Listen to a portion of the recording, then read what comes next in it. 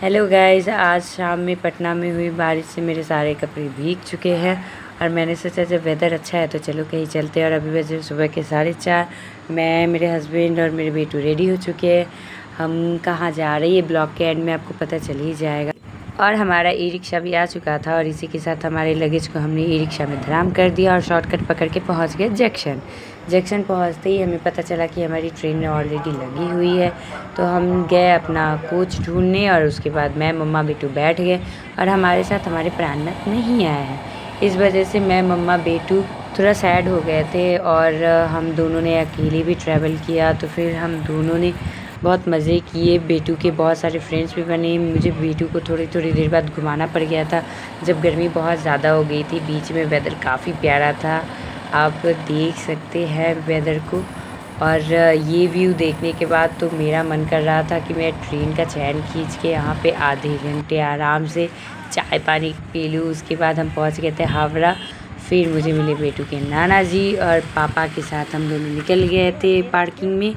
और मैंने बेटू को भीगने नहीं दिया और मेरे बेटू ने बहुत मस्ती की। फिर हावड़ा ब्रिज को देखा और मेरी बेटू के तो खुशी में 4 चांद लग गए थे। फिर मेरी बेटू आई घर और घर आते ही मेरे बेटू ने सोचा कि चलो नानी की घर की साफ़ सफाई कर देते हैं, जितनी भी अच्छी चीज़ें होंगी आज तोड़ फोड़ के ही रहेंगे हम। उसके बाद मेरी बेटू ने अपने मामा को उठाया, जो मामा कुंभकर्ण की तरह सो रहा था। यही वो लड़का है जो काम करते करते सो भी जाता है। आखिरकार मेरी बेटू जंग जीत के अपने मामा को उठा ली और मेरी बेटू पहली बार बैठी थी।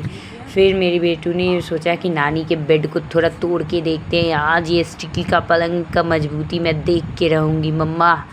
उसके बाद मेरी बेटू से तो टूटने वाला था नहीं, तो मेरी बेटू ने कहा चलो छोड़ ही देते। मेरी नंगू को हमने मसाज किया और फिर लंगोट पहना दिया। और ये नाना जी का फ़ोन लेके और मम्मा का फ़ोन लेके मेरी बेटू खेल रही थी और यहाँ पे उसका गंदा सा भैया पढ़ाई कर रहा है और एक केले के पीछे ये 4 लंगूर घूम रहे थे।